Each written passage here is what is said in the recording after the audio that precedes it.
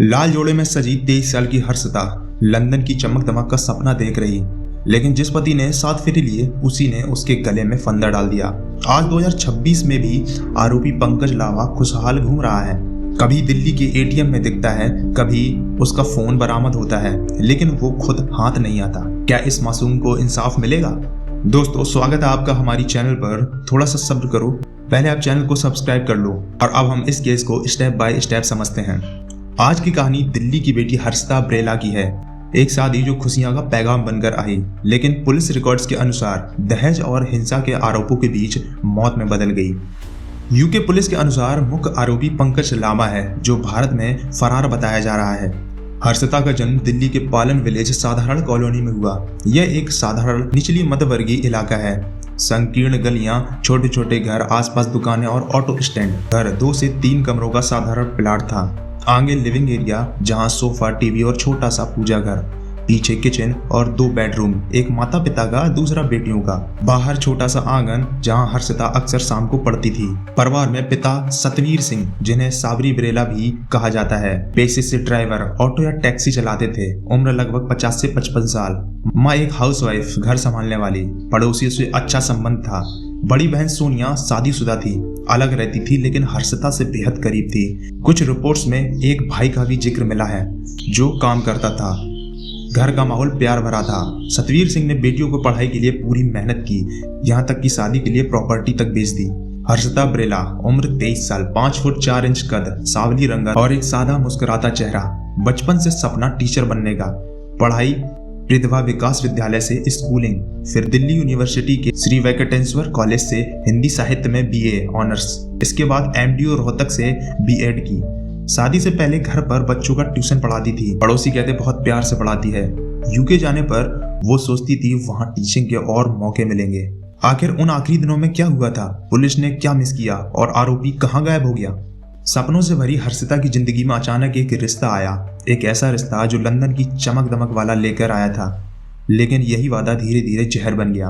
भारतीय परिवारों में बेटी की शादी माँ बाप के लिए सबसे बड़ी चिंता होती है। ब्रेला परिवार ने अभी ढंग से लड़का ढूंढना शुरू भी नहीं किया था कि तभी अचानक से एक क्लोज रिलेटिव के जरिए एक प्रॉमिसिंग रिश्ता आया। लड़के का नाम था पंकज लांबा। पंकज लांबा हरियाणा के धरौली गांव के रहने वाले बताया जा रहा था। उसने खुद को लंदन यूके की एक स्टूडेंट कंपनी में हाई पोस्ट पर काम करने वाला बताया।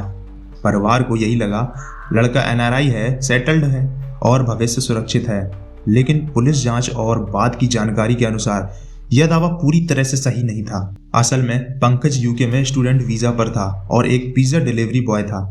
महीने की कमाई लगभग 800 से 1000 पाउंड। उम्र हर्षिता से लगभग 1 साल छोटा, लेकिन लंदन में सेटल होने की कहानी ने सबको भरोसा दिला दिया।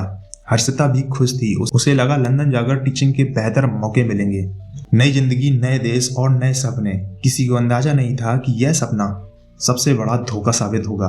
पंकज का परिवार धरौली गांव में रहता था। पिता दर्शन सिंह किसान या छोटा व्यापारी बताया जा रहा है। माँ सुनील देवी हाउसवाइफ। घर साधारण ग्रामीण परिवेश का, लेकिन लंदन की चमक दिखाकर एक परफेक्ट मैच की तस्वीर बनाई गई और परिवार ने गहराई से जांच नहीं की। रिश्ता तय होती ही अगस्त 2023 में पंकज छुट्टी लेकर भारत आया। सबसे पहले एक लीगल कोर्ट में मैरिज की। एनआरआई शादियों में वीजा प्रोसेस को तेज करना।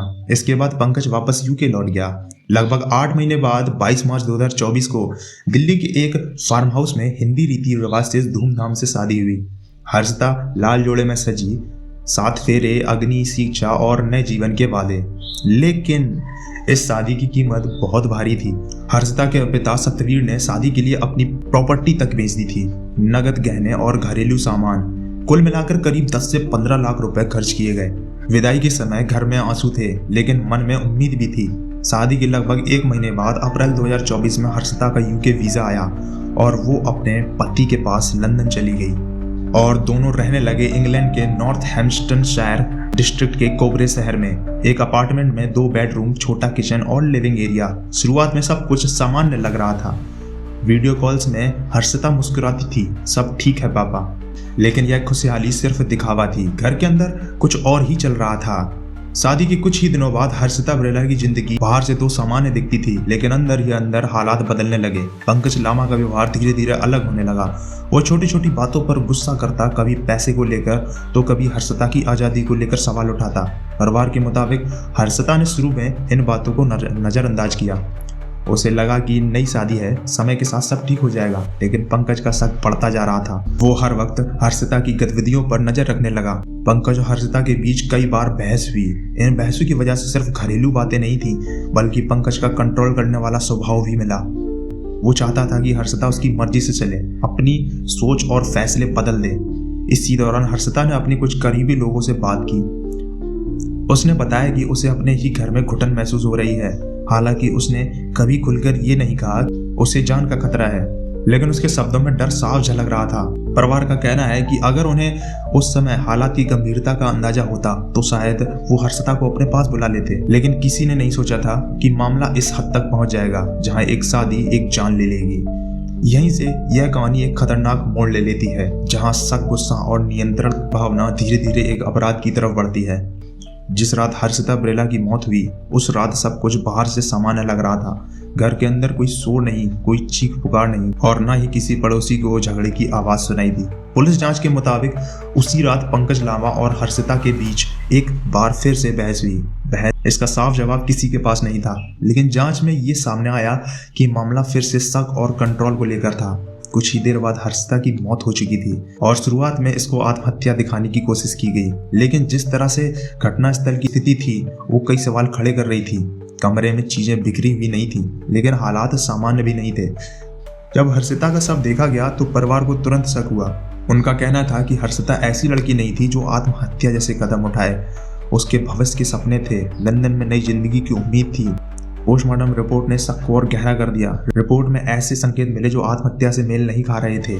उसके बाद पुलिस ने मामले की दिशा बदल दी और पंकज लामा को शक के घेरे में लिया। लेकिन सबसे चौंकाने वाली बात यह थी कि घटना के बाद पंकज लामा अचानक गायब हो गया।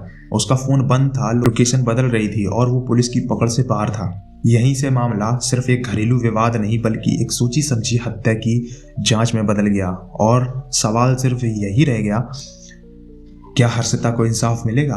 दिल्ली से लेकर दूसरे राज्यों तक पुलिस ने उसकी तलाश शुरू की। जांच के दौरान पुलिस ने call details record, mobile location, bank transaction खंगाले। कई बार पंकज लामा की लोकेशन मिली, लेकिन हर बार वो पुलिस से एक कदम आगे निकल गया। हर्षिता के परिवार के लिए यह समय सबसे कठिन था। एक तरफ बेटी की मौत का दर्द और दूसरी तरफ ये डर कि कहीं आरोपी हमेशा के लिए बच ना जाए। परिवार ने मीडिया के सामने आकर न्याय की मांग की। उसका साफ कहना था कि ये आत्महत्या नहीं, बल्कि की गई हत्या है। परिवार ने ये भी बताया कि हर्षिता ने कभी अपनी जिंदगी खत्म करने की बात नहीं की थी। वो आगे की पढ़ाई, करियर और नई जिंदगी के सपने देख रही थी। आज भी हर्षिता बरेला की परिवार की लड़ाई जारी है। उसकी उम्मीद बस इतनी है कि कानून अपना काम करे और कातिल को सजा मिले। ये कहानी यहीं खत्म नहीं होती, क्योंकि जब तक इंसाफ नहीं मिलेगा ऐसे मामलों की गूंज समाज में बनी रहेगी। ये किस सिर्फ हर्षिता की कहानी नहीं, ये उन तमाम आवाजों की कहानी है जो घर की चार दीवारों के अंदर दबा दी जाती है। सवाल आज भी वही है, क्या हर्षिता को पूरा इंसाफ मिलेगा?